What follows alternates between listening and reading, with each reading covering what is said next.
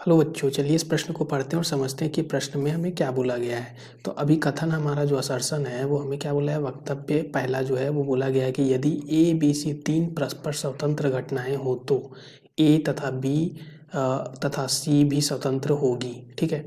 कारण में बोला है यानी रीजन में कि वक्तव्य दूसरा कि यदि दो घटनाएं ए और बी स्वतंत्र होंगी, यदि पी ए सर्वनिष्ठ बी यानी प्रतिच्छेद बी का जो मान होगा वो हमारा क्या होगा, पी ए गुणा पी बी के।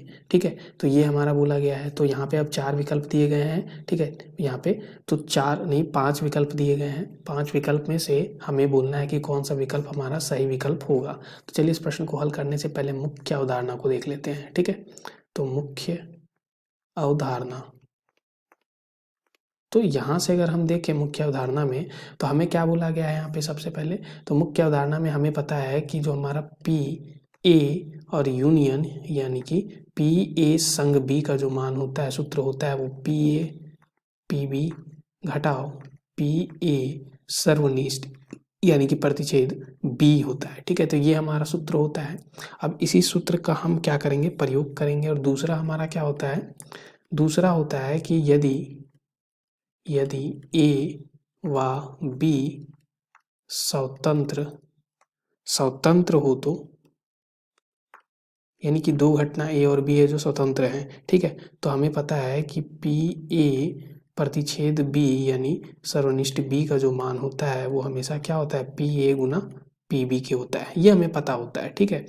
यहाँ पे स्वतंत्र का मतलब क्या होता है, स्वतंत्र का मतलब होता है मान लो ये हमारा घटना ए है और ये घटना बी है, दोनों में कोई भी सर्वनिष्ठ यानी प्रतिच्छेद ना कर रहा है। ठीक है, नहीं कर रहा है, तब ये हमारे स्वतंत्र घटना होते हैं। यानी कि जो घटना ए है उसके घटित होने की कोई भी हमारे घटना बी से संबंध नहीं है। ठीक है। और बी की उसी तरह से कोई भी हमारे ए से संबंध नहीं है घटना घटित होने की, तो तब हम बोलते हैं स्वतंत्र घटना। और उसका जो हमारा यहाँ पे सर्वनिष्ठ यानी प्रायिकता जो होती है पी ए सर्वनिष्ठ बी का, वो हमारा पी ए गुना पी बी होता है। तो यहाँ से हम बोल सकते हैं कि ये तो कथन हमारा सत्य है। बात करते हैं पहला कथन का। तो पहला कथन को हम यहाँ से देखें तो पहला कथन जो है, अब हम बात करते हैं यहाँ पे। तो हम इस प्रश्न को हल कर रहे हैं, सरल कर रहे हैं। तो यहाँ पे हमारा पहला जो कथन है वो हमें बोला था, यदि हम मान लेते हैं ए व ठीक है बी यूनियन यानी कि सी जो हमारा है वो अगर स्वतंत्र है, ठीक है, स्वतंत्र है, तो हम क्या बोल सकते हैं, तो हम बोल सकते हैं कि पी ए, ठीक है, पी ए और यहाँ पे सर्वनिष्ठ बी संग सी का जो मान होगा वो हमारा पी ए गुणा यहाँ पे क्या होगा, पी बी संग सी के। ठीक है, ये हम बोल सकते हैं। अब देखो हमें पता है कि इसको और हम कैसे लिख सकते हैं। देखो यही हमें क्या करना है, यही हमें सत्यापित करना है। ठीक है, यही हमें सत्यापित करना है, तब हम बोल पाएंगे कि ये जो घटना है वो स्वतंत्र है। ठीक है। तो अब यहाँ पे हम देखो इसको सत्यापित करने के लिए सबसे पहले अगर हम देखें तो पी ए, ठीक है, यहाँ पे सर्वनिष्ठ बी संग सी का जो मान है वो हमारा क्या हो जाएगा, तो हम इसको यहाँ पे बंटन यहाँ पे नियम से हम क्या लिख सकते हैं, पी ए, ठीक है, यहाँ पे सर्वनिष्ठ बी, ठीक है, फिर यहाँ पे संग, ठीक है, संग ए सर्वनिष्ठ सी, ऐसा हम लिख सकते हैं बंटन नियम से। ठीक है, इसको हमने कैसा लिखा, बंटन नियम से।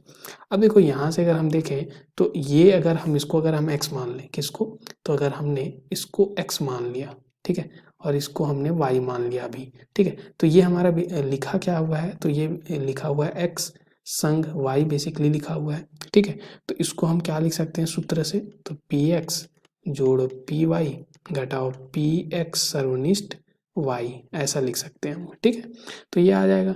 अब देखो अगर यहाँ पे आगे आगे हल करें तो चलिए अब इसको हम यहाँ पे सत्यापित करने के लिए इसको हल करते हैं पहले।